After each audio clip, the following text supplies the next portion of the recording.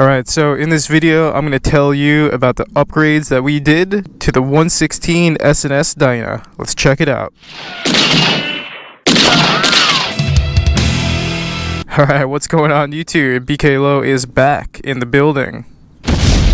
And I'm coming at you from a familiar location out here in the suburbs, outside of my parents' house. I figured this would be an appropriate place to shoot this one, because it's where I shot the video when we had just bought it, back when it was the Old Man 06. Alright, so I know there's probably a lot of people who are watching this and are just going to try to fast forward to the end just to hear what this thing sounds like. So I'm just going to go ahead and do the startup now, just in case that's the only reason why you're watching this. Get out of the way now so you don't have to waste your time hearing about everything else. So let's do a quick startup just so you can hear what this sounds like.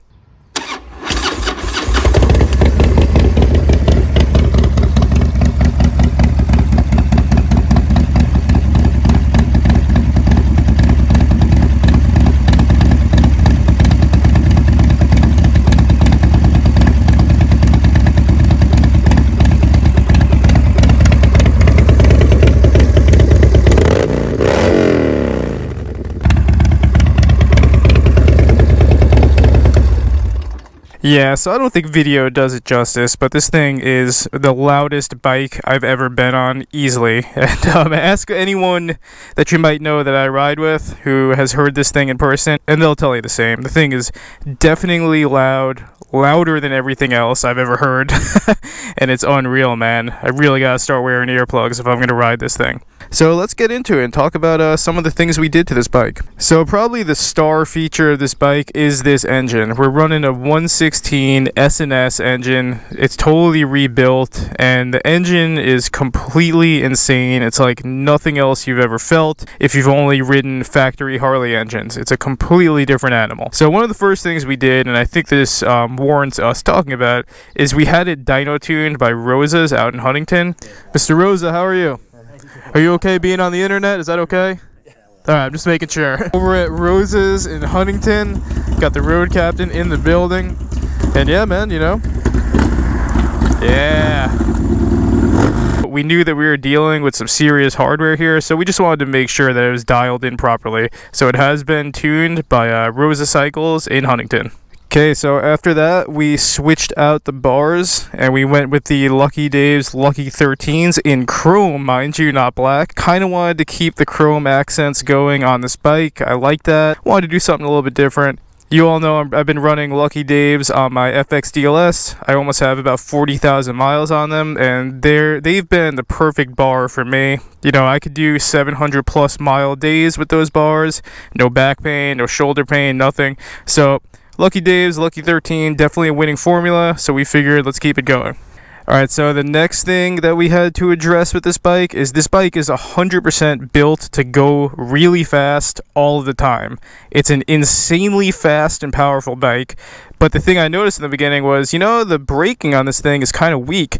So it's like, alright, we have a really fast bike with braking that could use an improvement. Not a good mix. So the next thing we decided to do is to take care of that. So we decided to switch over to dual disc on the front, and while we were doing it, we said why not bling it out a little bit and throw on some nice rotors. So we threw on these nice floating rotors from Galfer, and yeah, this really solved that problem, braking way better. And you know, I was already kind of used to dual disc for my lowrider, so it just felt like being back at home, being able to stop the thing on a dime, and braking wasn't an issue anymore. So yeah, good brakes go a long way, and yeah, these rotors, you know, really set this bike apart from a lot of other bikes. Really dig the rotors too. Okay, so the next thing that we wanted to take care of was the suspension. So as you can see, we did go with the Legends. This is back where the ARCs just came out. So, you know, I'd always wanted to run something with a piggyback, and I was really happy with the Legends I was running on my FXDLS. So we figured let's take a gamble. Let's see how these are. They're a little bit more expensive than the Revo-A's, but let me tell you, it definitely panned out. This is definitely a more high performance suspension. What I could tell you is it's going to feel stiffer than a Revo-A when you sit on it, but man, can you sink this bike into some turns. The difference that you feel with this suspension, it's like no other. So we're really happy. And again, this is the Legends ARCs, and I don't think that's the exact name, but that's the thing I remember. But hey man, Legends, best in the game, everyone knows. And yeah, we're really happy with these. And then the thing that some people neglect sometimes is upgrading your front suspension. So we also threw the Legends Axios in the front. Also makes a huge difference if you're sinking the bike into some curves.